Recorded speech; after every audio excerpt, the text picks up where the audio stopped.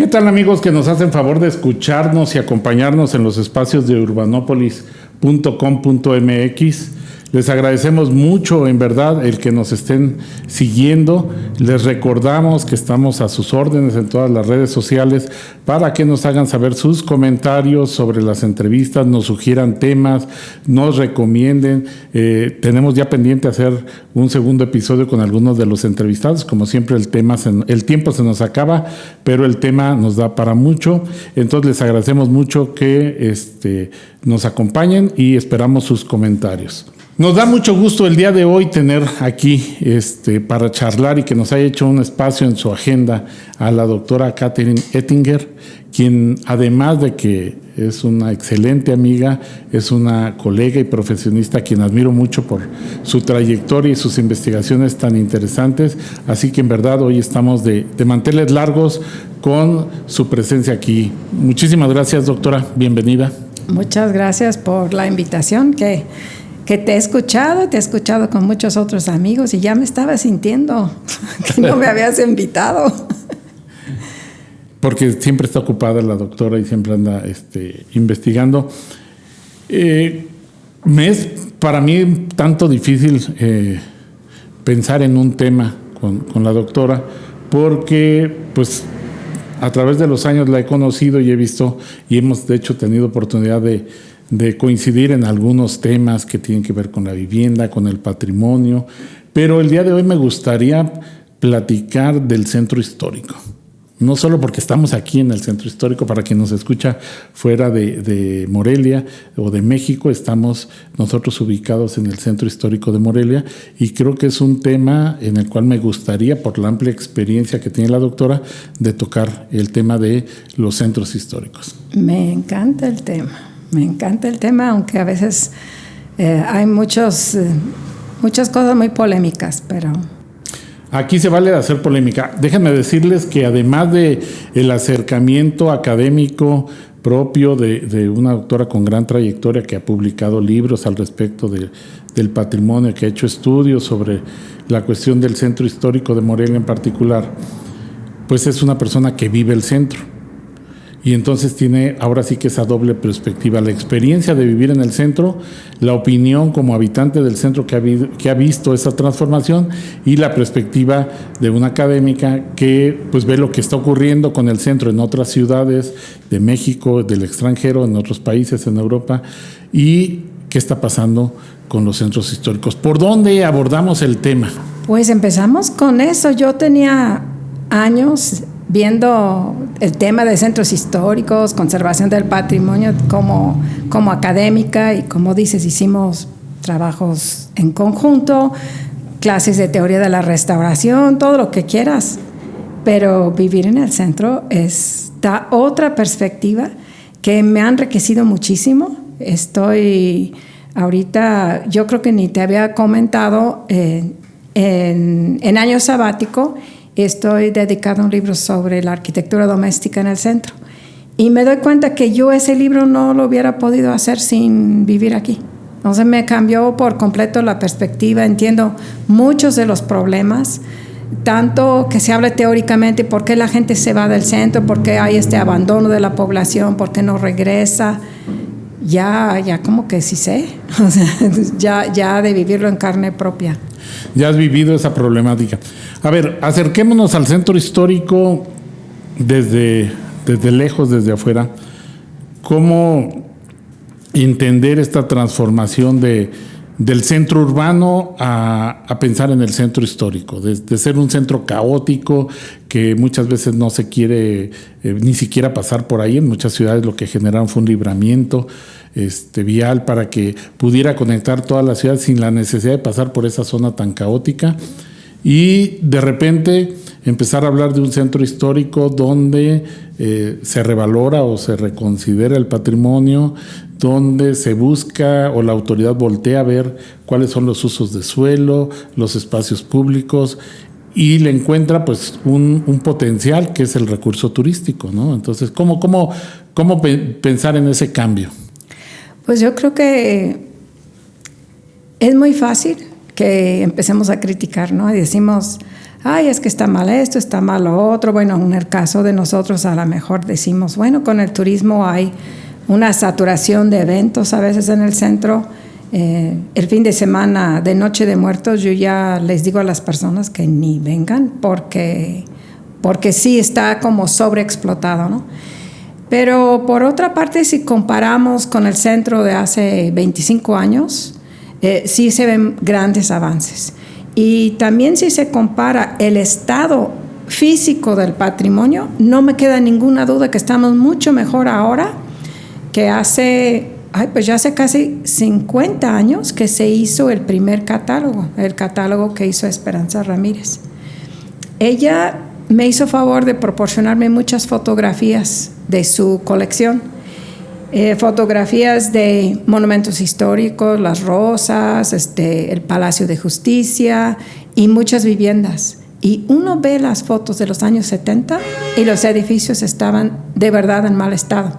Entonces, en algunos aspectos vemos como mucho avance en el cuidado del patrimonio, claro, en aras de entenderlo como un producto turístico, ¿no? Y a la vez, con esa revaloración, por una parte tenemos ese cambio muy positivo de edificios que en su conservación física están mejores, o sea, no se van a caer, pero en otro sentido, o sea, pierden cierta esencia por el cambio de uso de suelo, ¿no? Entonces, si vemos en conjunto el centro, decimos, ay, pues yo me acuerdo que yo pasaba y había una jarciería o había una tienda de abarrotes, había la carnicería que estaba en Abasolo. Todos ese tipo de negocios van desapareciendo. Y ahorita es muy acelerado el cambio de uso de suelo. Yo camino todos los días camino por el centro y me sorprende cada vez volteo y dice, ya está, pues era casa y ahora es restaurante. Era casa y claro, también mucha vivienda en renta, ¿no? En plataformas como Airbnb.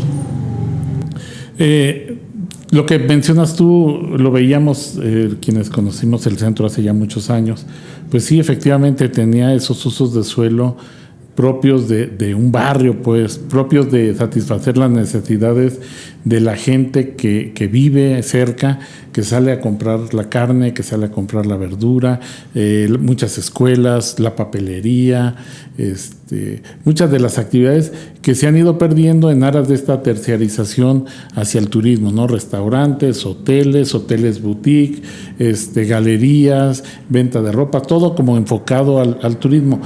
Eso lo podemos y lo hemos criticado mucho porque pareciera que entonces diseñamos el centro para el turista y no para el habitante. Aunque muchos nos disfrazamos de turistas cuando viene alguien y decimos vamos al centro, ¿no? Y entonces jugamos a ser el turista y decimos qué bonito está, pero no para vivir. ¿Cómo es vivir en el centro? O sea, si ya no hay esos usos, ¿o si los hay? Bueno, voy a hacer paréntesis. Muchos de los usos como dices, o sea, parecen estar enfocados al turismo, pero en realidad es a los habitantes de Morelia, los bares. Los bares se llenan de morelianos, ¿no? Y todos los otros usos que mencionas, pues no son mayor problema. Claro que nos gustaría seguir viendo casas y quienes tenemos muchos años aquí recordamos cuando la gente abría su portón y se veía el zaguán y se veía el cancel y se veía el patio, ¿no? Cosa que ya vemos muy poco. ¿Cómo es vivir el centro? Bueno, yo vivo feliz. Mucha gente me dijo, estás loca, ¿cómo te vas a ir a vivir al centro? Y tu carro, pues lo guardo a 2 cuadras y nada me pasa de caminar 2 cuadras para tomar mi carro, ¿no? Cierra el domingo el estacionamiento, pues se acostumbra uno. El domingo es para descansar de todas maneras, ¿no? Hay cosas que a mí se me han hecho muy, muy bonitas, que es esto de no usar tanto el coche. O sea, camino mucho más. Hay muy buenos mercados. A veces me da miedo, como he visto que se están cerrando muchas tiendas de abarrotes. Bueno, se abren 1000 Oxxos, ¿verdad? Por cada tienda de abarrotes, pero no es lo mismo.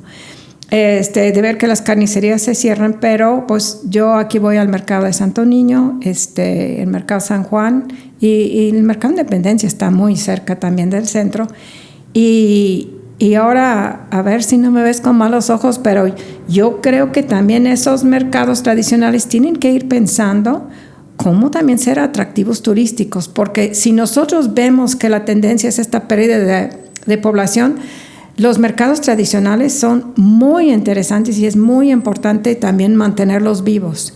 Y bueno, todos sabemos que hay muchos mercados tradicionales que son, pues en Oaxaca ni se diga, ¿no? O sea, el turismo mantiene también tradiciones, costumbres, siempre hay interés en los alimentos locales, etcétera. Creo que ahí también hay un potencial interesante. Ya sabes que se trata de polemizar, pero me haces pensar, por ejemplo, esta idea, cuando uno quiere visitar una ciudad, pues parte del atractivo es conocer esa parte cultural, es ver cómo vive la gente, pensando que vive de manera distinta.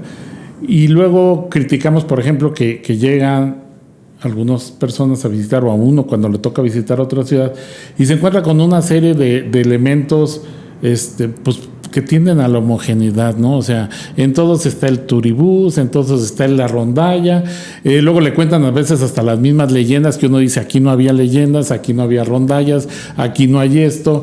Esta idea de poner los letreros se me hace como que la parte más obvia de decir, ponle el letrero porque si no la gente no va a identificar dónde está, cuando es todo lo contrario. Entonces, ¿hasta dónde esta terciarización va perdiendo eso que viene esperando el turista, ¿no? Eso que está esperando. Bueno, ahí coincido contigo que realmente lo que busca el turista es la experiencia diferente. O sea, no quiere llegar a encontrar lo mismo que ya vio en otras 30 ciudades, ¿no?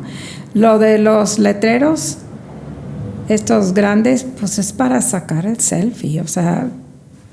Y entiendo el punto de vista de la Secretaría de Turismo. Dice, ay, es que a la gente les gusta, sí. Pero para mí le quita mucha dignidad, o sea, a nuestro centro. Yo no quiero hablar de los demás, pero la Plaza de Armas, cuando no es Noche de Muertos, cuando no es septiembre, cuando no hay ninguna festividad. Siempre hay algo ahí.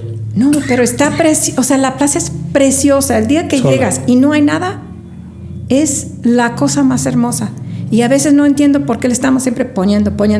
Y ahora pusieron como un cuadrado con luz neón, no sé qué. Una cosa en medio de la perdón, corte.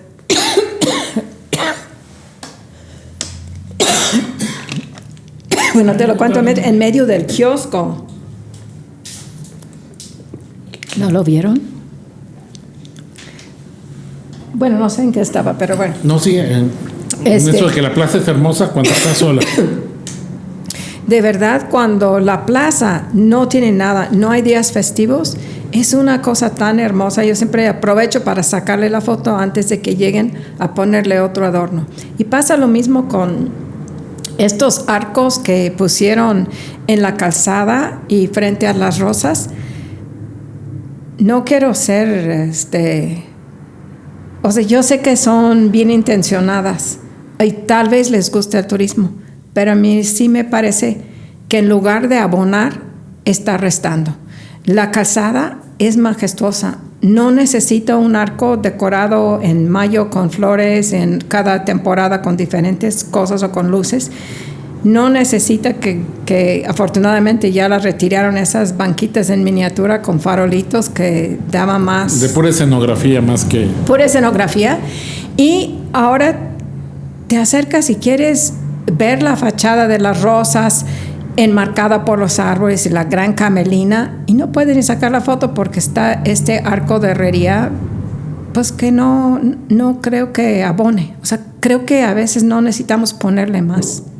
Esa es la gran contradicción, ¿no? Que mucha de la gente, o el atractivo turístico es llegar ahí y conocer la parte cultural, y esta tendencia a homogeneizar los centros históricos, a encontrar en todos los centros históricos lo mismo, pues hace que uno, como dices bien, en lugar de tomarse una selfie con la catedral y que todo el mundo sepa que está uno en Zacatecas o en Morelia o el acueducto, o no sé, elementos que identificaban, pues ahora le tenemos que poner un letrero porque pareciera que no hay manera de identificar.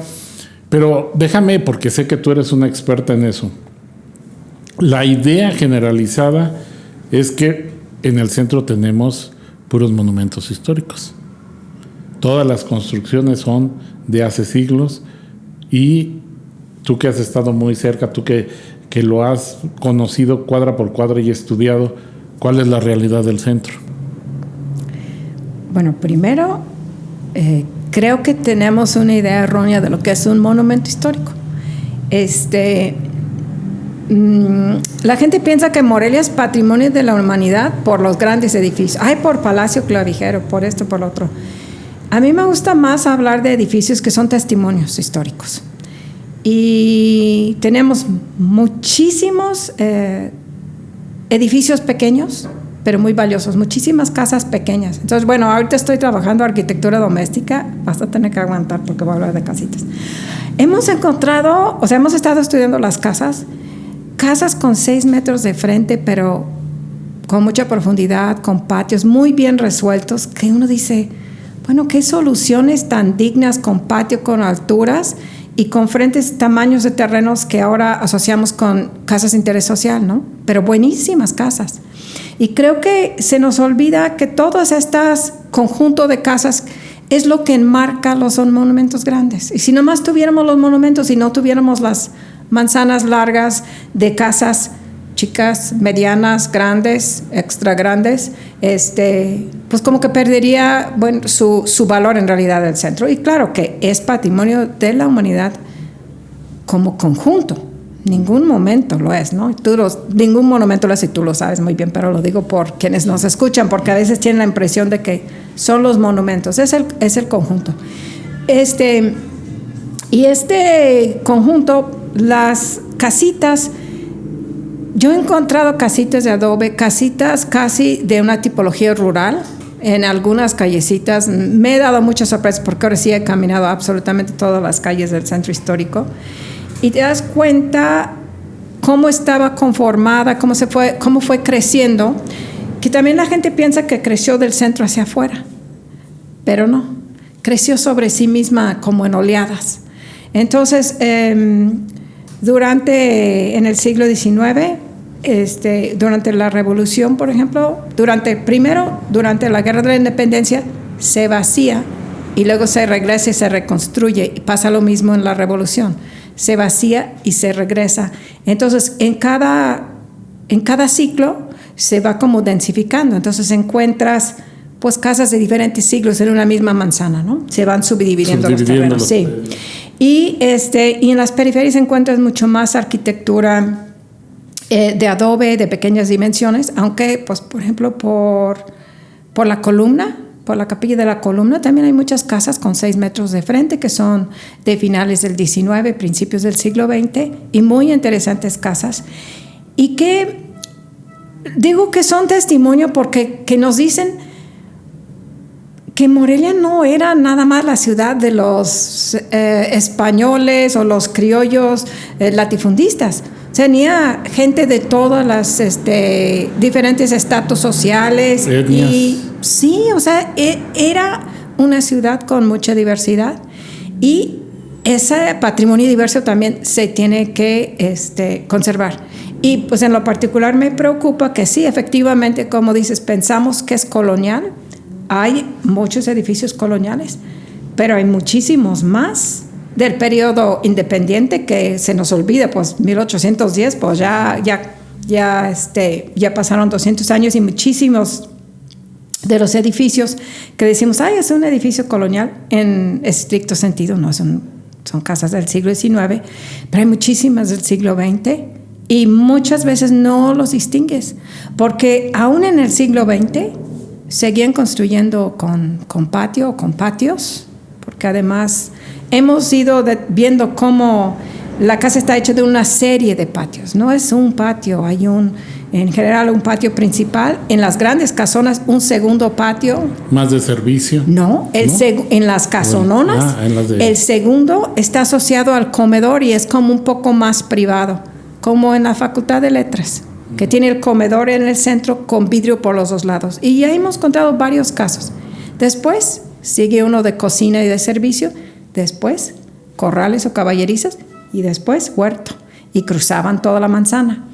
Pero claro, luego se van cortando y se van perdiendo espacios. Pero es interesante, hay veces que en terrenos más pequeños buscan cómo meter por lo menos 3 espacios. El patio principal, que es público, el de servicio y un corralito o algo para los animales. Casi todos, o sea, como que lo acomodan como puedan. A ver, que yo he dicho, y aquí me confieso, que yo entiendo que la ciudad siempre se ha construido sobre sí misma y que es lo más normal entender que los edificios que vemos ahora pues no son los que originalmente estaban en la ciudad. Por eso siempre hablamos o consideramos que es más acertado hablar de patrimonio que de monumentos, pensando que el patrimonio engloba tanto arquitectura contextual, nos ayuda a entender. Pero cuando hablamos del centro histórico, yo lo he dicho, esperamos que pase el de la... A ver, Kate, yo entiendo que el centro pues ha sido siempre, la ciudad siempre ha crecido sobre sí misma, es un proceso que va evolucionando. Digo, nadie pensaría encontrar, salvo raras excepciones, los edificios que originalmente estuvieron, como estos que hablábamos, o que tú muy bien señalabas, que la catedral, un colegio, algún templo religioso, pero todo lo demás se ha ido transformando según la posibilidad material, porque de hecho también según la moda estilística, porque vemos cómo si se transformaron los templos en su interior, pues cuanto más las fachadas. Pero yo le he dicho que cuando empezamos a hablar del centro histórico, como que pusimos un alto a esa evolución y tratamos de congelar o de conservar en una época, y eso trajo otras consecuencias sobre la ciudad, como la reubicación de algunos usos, el fortalecimiento de algunos subcentros. Dejamos de hablar de centro histórico para dejamos de hablar de centro urbano para privilegiar lo histórico, y como que le quitamos algunos componentes que lo hacían urbano, ¿no? Que lo hacían un centro urbano. Vi que tienes un capítulo ahí en compañía de nuestro colega Eugenio Mercado sobre gentrificación o despoblamiento, es decir, de repente la gente dice, no, pues ya no hay gente en el centro, otros hablan de gentrificación por este cambio de uso, de que algunas vecindades efectivamente se revaloró el valor del suelo y terminan siendo pues ya departamentos o loft o hoteles boutique. ¿Cómo entender estas dos extremos, ¿no? Entre el despoblamiento, que hasta dónde es, y esto que mal llamamos pues gentrificación, vamos a decir a la mexicana, ¿no? Porque pues en el sentido original gentrificación es que regresan los mismos dueños a habitar el centro de Londres, ya una vez que pasan estos procesos, ¿no? Y aquí simplemente cuando cambia de nivel socioeconómico hablamos de gentrificación, como es el caso de la Ciudad de México. Fíjate que el artículo que mencionas se publicó hará 5 o 6 años, y ahí hablamos, y yo sí hasta discutí con varios del ayuntamiento que decían, es que el proceso de gentrificación, digo, es que aquí no hay gentrificación, no están regresando la gente adinerada al centro, desplazando a las clases sociales, son casas abandonadas, ¿no? Son casas abandonadas. Entonces, en ese sentido, pues no me gustaba la palabra gentrificación, porque decía, pues no se está ahuyentando la población ya se fue, se están usando los edificios, pero creo que ahorita sí se está dando, y se está dando con mucha gente de fuera. Mucha gente de fuera están comprando casas, muchos extranjeros. Curiosamente, mucha gente de San Miguel de Allende está huyendo San Miguel de Allende porque está demasiado americanizado, y están buscando seguir viviendo en México, pero en lugares que sienten que tiene un poco más de autenticidad. Y sé que muchísima gente ha llegado de San Miguel de Allende aquí y también a Pátzcuaro. Qué bueno que llegue esta gente a adquirir edificios. Sí, o sea, no es... a mí, claro que me gustaría ver que los morelianos se interesaran también por el rescate del patrimonio del centro. Pero creo que para la gente local es más fácil pensar en vivir afuera y construir a su gusto que adaptarse a una casa tradicional en el centro, que bueno, a mí me ha parecido fantástico tener patio y ver el cielo y ver cuando llueve y todo lo que sucede, ¿no? En el caso de la gentrificación sí noto ese cambio, y también se ha criticado mucho lo de los Airbnb, y de hecho lo discutimos una vez pues en el contexto del Plan Municipal de Desarrollo Urbano, y sí es nocivo, porque en muchas ciudades se ha inclusive prohibido, ¿no? Sí, se ha satanizado porque sí. Expulsan a los residentes permanentes por cobrar una renta mayor, ¿no? O sea, te conviene más subirlo a una plataforma que vivir en el centro en términos económicos. Eso es cierto y ha causado grandes problemas en Barcelona, creo que Ámsterdam, París, bueno, en la Nueva Ciudad de York, México ahorita es lo que Ciudad de México. Edificios completos se están transformando. Pero aquí yo creo que también tenemos que analizar en cada ciudad qué está pasando. En Morelia el problema, en parte, que son problemas diferentes. Uno es el abandono de la población, que la gente se vaya a vivir a otro lado, y es un problema distinto a que abandonen las propiedades. Una cosa que yo me puedo ir y rentar mi casa, o puedo irme y rentarlo para hotel o para restaurante. Pero aquí uno de los graves problemas que ahora sí es la pérdida del patrimonio en lo físico y que no es recuperable. O sea, una casa del siglo XVIII se cae y ya, o sea, se perdió. Yo creo que la motivación de subirlo a plataformas como Airbnb y poder usar es una motivación para la conservación. Entonces yo creo que habría que analizar muy bien aquí qué sucede, y puede ser que ayude a rescatar muchas propiedades que nosotros vemos prácticamente en ruinas. Digo, ojalá, ¿no? Híjole, eso nos lleva al tema que siempre nos encontramos frente a esa pared, ¿no? O sea, como que buena parte de la legislación está para sancionar, pero no hay incentivos para conservar. Es decir, ¿cómo le ayudo a alguien a que conserve ese edificio que debería ser de interés de todos por ser patrimonial, y no simplemente estar esperando para ver cómo lo castigo si hace algo mal? Porque la experiencia nos ha llevado a que la gente prefiere pues que se caiga su casa para después aprovechar el terreno, dada la alta rentabilidad, y el edificio pasa a un segundo término, ¿no? Totalmente de acuerdo. Yo sé que no es si a uno le interesan los centavos,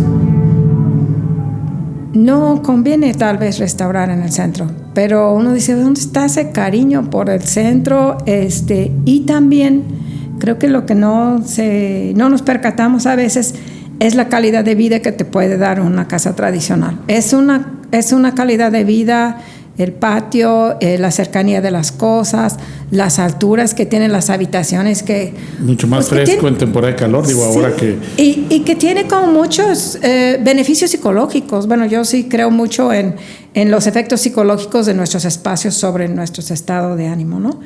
Eso por una parte. Y lo que comentas es cierto, no hay una motivación, no solo no hay una incentivación de la inversión, no hay ni ayuda para quienes tienen estas casas. La mayor parte o el sector poblacional más importante en el centro son mujeres mayores de 65 años solas. La mayoría no tienen recursos para el mantenimiento y no hay fideicomisos ni nada que ayude, ¿no? Entonces eso lleva a que en el momento en que la persona falte y que se empieza a dividir la herencia, pues los hijos también a invertir prefieren vender. Y por supuesto, pues llega quien compra, generalmente no tiene ese arraigo, ese cariño por el centro, y a lo mejor nomás está pensando en cómo explotar el predio.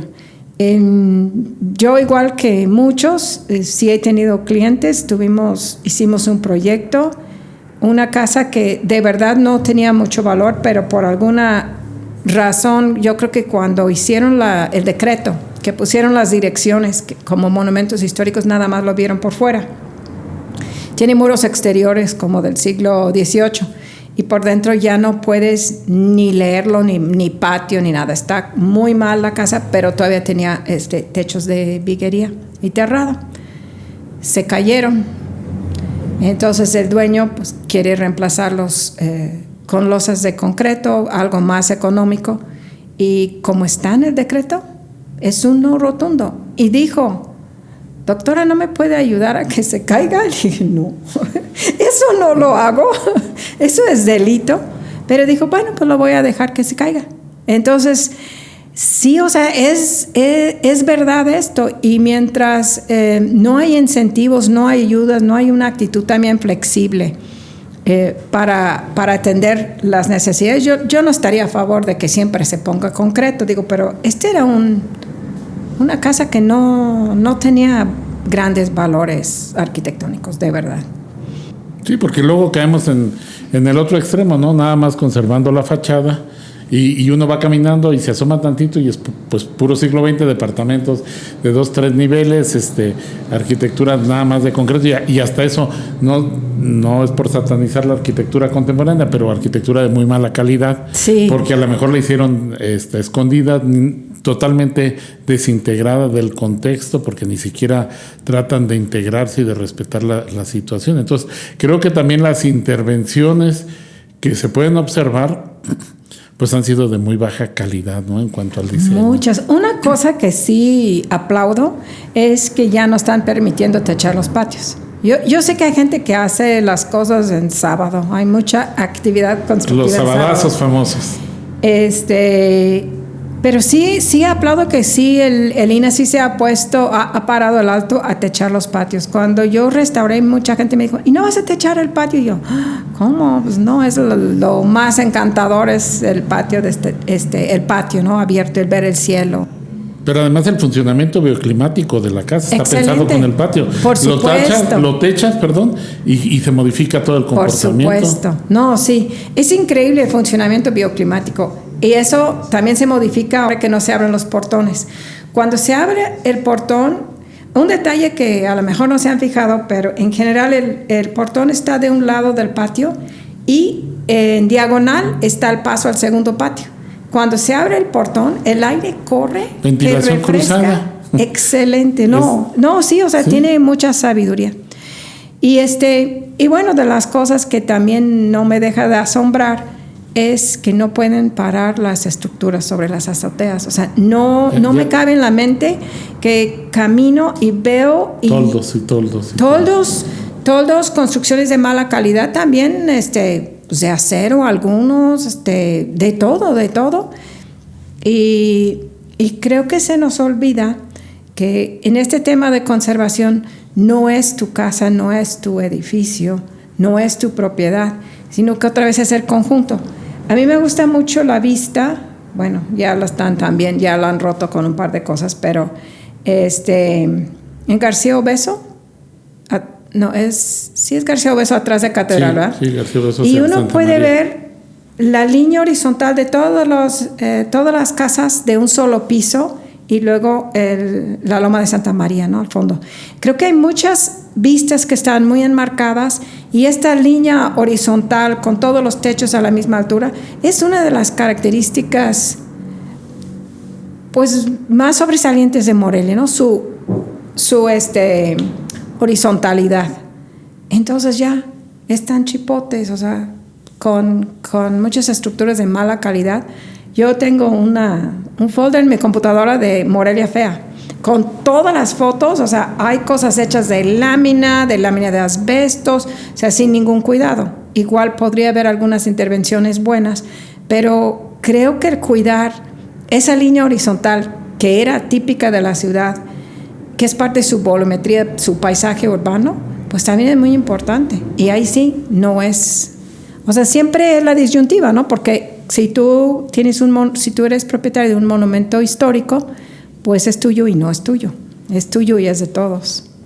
Para quien nos escucha fuera de la ciudad de Morelia y más si nos escuchan fuera de México, Morelia, la parte céntrica de Morelia está emplazada en la parte alta de una loma, entonces desde el centro se ve perfectamente esto que comenta la doctora, que las edificaciones siempre van siguiendo la pendiente del terreno hasta que topan con un cinturón de montes y montañas que están cercanas, y ahí vuelve, digamos, ya la ciudad contemporánea y la zona residencial. Por eso ella habla de este horizonte constructivo que era muy homogéneo, pero que se va perdiendo porque algunas edificaciones pues ya empiezan con 3 niveles o esto. Y ahorita precisamente que mencionabas lo de los patios, iba yo a comentar eso porque ya andaba yo en la azotea de estos edificios mentalmente y decía, bueno, han proliferado tanto el uso de las azoteas como restaurantes, como bares, como en el afán de aumentar los metros cuadrados rentables de ese edificio, que como bien señalas, pues están rompiendo la homogeneidad de ese perfil urbano, de esa imagen urbana que es una de las características por las que Morelia obtuvo ese nombramiento de Patrimonio de la Humanidad. Y como muchos de los propietarios piensan y saben que es algo indebido, pues lo hacen con materiales, digamos, provisionales, en el afán de que pues mañana lo quito y no pasa nada, y se van quedando. Por eso hablamos de toldos, porque en realidad son estructuras metálicas con puras lonas que pues afean mucho el perfil y le quitan, permítanme la expresión, dignidad a estos edificios que terminan pues. Los edificios estaban muy bien pensados y diseñados como para un remate horizontal con una cornisa, con algún elemento estético, como para que ahora terminen con un toldo en la parte superior que afea definitivamente toda la fachada, ¿no? Y los otros problemas, creo que como lo hacen provisional, no todas las casas están diseñadas o construidas para soportar el peso. Luego si es bar y están bailando y quién sabe en qué condiciones están las vigas, etcétera. Yo creo que también hay un tema ahí de protección civil que es de revisarse. Y el otro problema, que también no lo sabes hasta que vives, es que los patios, con todas sus bondades climáticos, son también cámaras de eco. O sea, no tienes idea cómo una música en una azotea rebota en los patios y se magnifica. Te puede pasar que estás en el patio y escuchas una música fuerte, pero no sabes ni de dónde viene porque hay mucho eco. Me pasó un día y eran como las 4 de la tarde y dije, van empezando, pero una cosa estruendosa, y me salí a caminar y estaba 3 cuadras. 1, 2, 3 o 4 cuadras en un hotel, en una azotea, y pues les pedí, me dijeron, tenemos autorización, y yo dije, pero es que ese volumen, y eso desde luego sí ahuyenta la población. O sea, si tú vives en el centro y te ponen un bar cerca, yo también lo he pensado, dije, si a mí me ponen un bar, pues al día siguiente está en renta la casa, porque no puedes vivir, o sea, no puedes vivir los jueves, viernes y sábado con música a todo volumen y vibrando tu casa, ¿no? Oye, que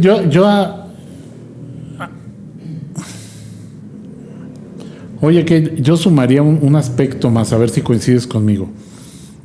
Esta idea de aprovechar las azoteas, de ir poniendo los toldos, ha disminuido la capacidad de la captación pluvial que se tenía.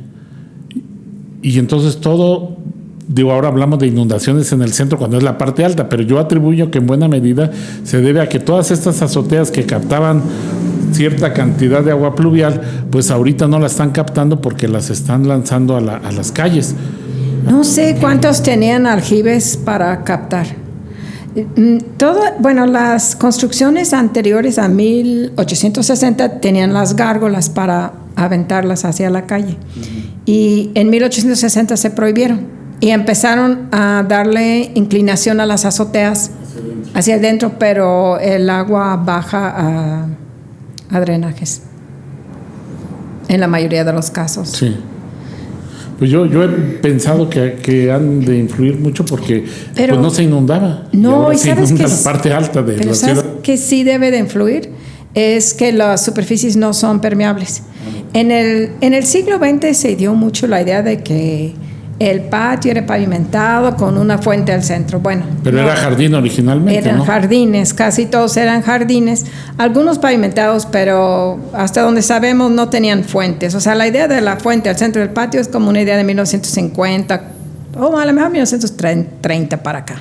Pero sí, no es lo que era la pila, pues estaba en el segundo patio porque realmente era de servicio. Era de servicio y tenía una función, ¿no? Y sí, efectivamente, había muchos más árboles, tanto en el patio principal, en muchos casos eran jardines, el mismo Palacio Clavijero, ¿verdad? Hemos visto las fotos, era un jardín, no estaba pavimentado. Y los traspatios, los huertos que se fueron fraccionando en realidad. Yo creo que en el momento en que llega el automóvil y ya no se necesita las caballerizas y todo este espacio en la parte de atrás, se fraccionan y es donde se insertan muchas de las casas de finales del siglo XIX en los espacios que habían sido huertos. Entonces sí ha perdido mucha área verde y esto contribuye también a las islas de calor. Claro, es uno de los principales problemas porque pues tenemos muchas superficies pavimentadas que no permean, que no absorben, no permiten la absorción de agua. Las mismas banquetas, o sea, el mismo material de la banqueta, que es un material muy duradero, pero la cantería que se tenía antes, pues era más permeable también. Sí, porque eran baldosas que permitían en las juntas la infiltración. Y luego algunas de las plazas que por excelencia eran jardines, pues también las hemos ido transformando y ahora a mediodía cruzar una de esas plazas, pues es una isla de calor, ¿no? Es tremendo. Y eso que estamos hablando de la ciudad donde se nota que hay más vegetación, porque en la ciudad contemporánea estamos todavía peor, ¿no? En la ciudad moderna dejamos la parte de la vegetación para las áreas residuales. ¿Cómo pensar, déjame aprovechar tu experiencia, Kate, cómo aprovechar o cómo visualizar hacia dónde vamos con el centro? Yo tengo la postura de que hay una vinculación entre los centros históricos y tienen una asociación, obviamente, pero de alguna manera discuten el camino a seguir en función de la dinámica turística y a veces esos acuerdos entre los centros históricos de diferentes ciudades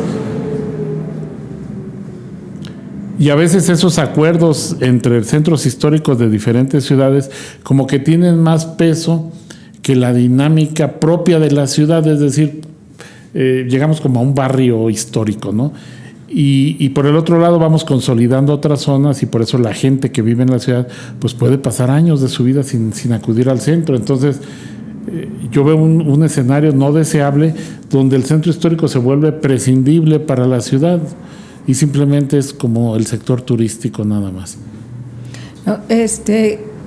Tienes mucha razón en que creo que la perspectiva desde los gobiernos, las diferentes instancias, muchas veces tiene que ver con cómo aprovechar el centro, ¿no? Si nosotros reportamos más turistas, fuimos exitosos. Si tenemos más eventos en el centro, pues somos más exitosos. Mi administración hizo esto y parece que siempre es en términos de hacer obra, de hacer eventos y más eventos.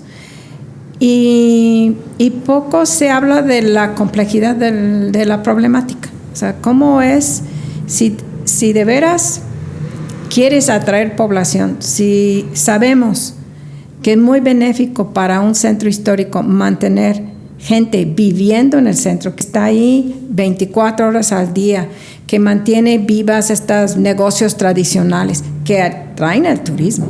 O sea, vamos a Pátzcuaro, nos encanta ver que está la panadería tradicional de Pátzcuaro, ¿verdad? O sea, es parte de llegar a una ciudad y ver que son puras tiendas de turismo, pues no, ya como que pierde su encanto, ¿no? Entonces creo que desde el 2001, desde el programa parcial del Centro Histórico de 2001, se detecta como grave el despoblamiento. La gente se está yendo del centro. Nadie quiere vivir en el centro, pero no ha habido una sola política para revertirla. O sea, todos lo dicen, pero nadie ha hecho nada. Y hay cosas bien sencillas que se pueden hacer. Sabemos que es muy difícil que creen un fideicomiso que invierta en propiedades privadas, ¿no? Eso sí se entiende. Bueno, se supone que condonan el predial, pero es un trámite de 3 meses y luego como dura 3 meses, cuando uno termina el trámite dicen, pues ya está condonado, pero tiene que pagar la multa porque lo hizo tarde. Bueno, es además pues no es automático ni mucho menos, y es cualquier cosa comparado con lo que tiene que invertir para mantener una propiedad. Pero en muchos lugares, en Guadalajara, en la colonia americana, ni siquiera el centro, cuando metieron parquímetros, tienen zonas para habitantes. Entonces yo creo que si hubiera zonas que la gente puede llegar y decir, me voy a poder estacionar afuera de mi casa porque soy residente del centro y tengo mi calcomanía, pues sería muy diferente, pero ni eso. En el centro, si tienes hotel, puedes apartar. Muchos negocios apartan, los franeleros apartan y los habitantes no tienen ningún derecho. El habitante no tiene ningún derecho, tiene la obligación de mantener una propiedad patrimonial, que es de todos en cierto sentido, ¿no? Pero no tiene, hay muchas cosas sencillas que creo que, pues resolverían un problema. Y suena muy banal lo del estacionamiento, pero creo que es una de las cosas que hace más difícil vivir en el centro para muchas personas. O sea, estamos acostumbrados a movernos en vehículo privado y sobre todo hablando del rescate de propiedades de cierto tamaño y que requieren una inversión, pues estamos hablando de personas que tienen vehículo y quieren tener asegurado un lugar, ¿no? Tocaste un tema por demás interesante y yo creo que seguramente nos va a dar para otro episodio, el asunto de los estacionamientos. Yo recuerdo cuando el primer programa parcial del Centro Histórico que establecía en la normatividad que cuando pedían la licencia de un negocio tenía que garantizar la disponibilidad de cajones de estacionamiento en un radio de X, algo así como menos de 1 kilómetro, para que tú presentaras que tenías, digamos, concesionados algunos cajones de estacionamiento como exclusivos para el funcionamiento de tu negocio. Y eso lo que desató fue un auge de estacionamientos. Entonces la gente empezó a ver que era más rentable hacer estacionamientos, dejaban caer las casas, tiraban, metieron carros e hicieron estacionamientos hasta en los patios de grandes casas con tal de poder rentarlos, y al final de cuentas muchos de los negocios ni los usaron y después se dieron cuenta que mucha de la gente que llegaba a su negocio pues no llegaba en auto, llegaba en transporte, llegaba caminando por la misma dinámica del centro. Pero efectivamente, en una ciudad donde además carecemos de un buen sistema de transporte, pues el asunto del automóvil no es un asunto de lujo, no es de solo un sector de recursos económicos altos, sino cualquier persona en la medida de sus posibilidades va a tratar de solventar la necesidad del automóvil. O sea, cualquier persona que trabaje en el centro, en cualquier oficina de gobierno o en cualquier empresa o negocio de estos privados, pues no va a arriesgar su trabajo si ese día pasa o no pasa el camión o no llegó tarde, porque no hay la garantía de las frecuencias. Entonces va a buscar un automóvil. Y estacionar un automóvil, pues nosotros sabemos que llega la gente desde temprano a estacionar, se saturan todas las calles del centro y cuando termina el turno administrativo, 3, 4 de la tarde, pues ya se van.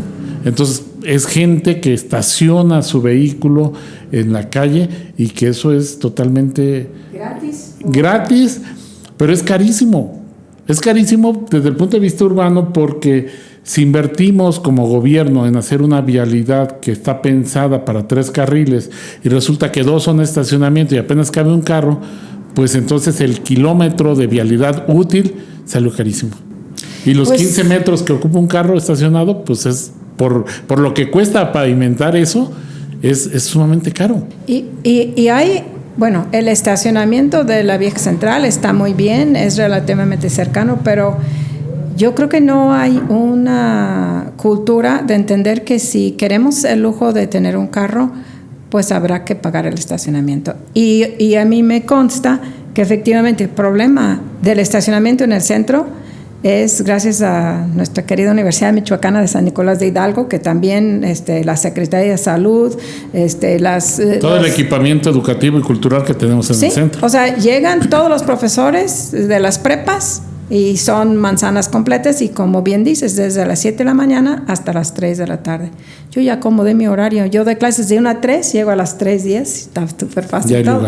Pero bueno, puedo hacer eso. Pero Pero luego uno dice, bueno, ¿por qué habría de ser gratis, ¿no? En la mayoría de las grandes ciudades el estacionamiento no es gratis. En Nueva York inclusive tienen una política contraria. Ahora no quieren que pongas cajones de estacionamiento. Claro, el máximo de cajones de estacionamiento. Exacto. Pero a ver, ahorita que mencionas eso, en muchas de estas ciudades, efectivamente, si tú te quieres estacionar en la vía pública, es carísimo y es muy poco el tiempo. Es 15, 20 minutos y tienes que estar.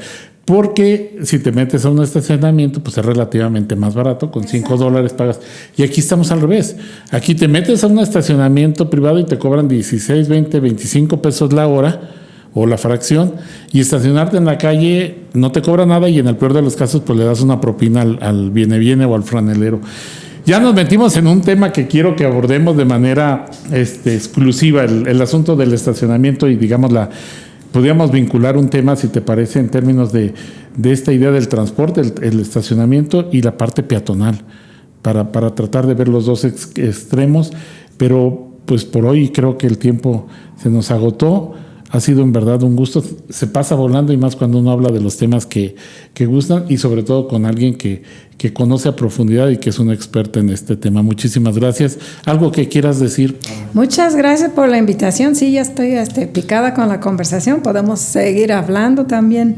Muchas opiniones sobre las peatonalizaciones, los estacionamientos y pues la vida cotidiana en el centro. ¿Qué hacer con el centro? Muchas gracias. No, pues muchísimas gracias a la doctora Kay Ettinger y pues les agradecemos mucho que nos hayan acompañado en este episodio. Esperamos sus comentarios, vamos a estar muy atentos y no se pierdan el próximo capítulo y estoy seguro que muy pronto volveremos a conversar con la doctora. Muchísimas gracias a todos.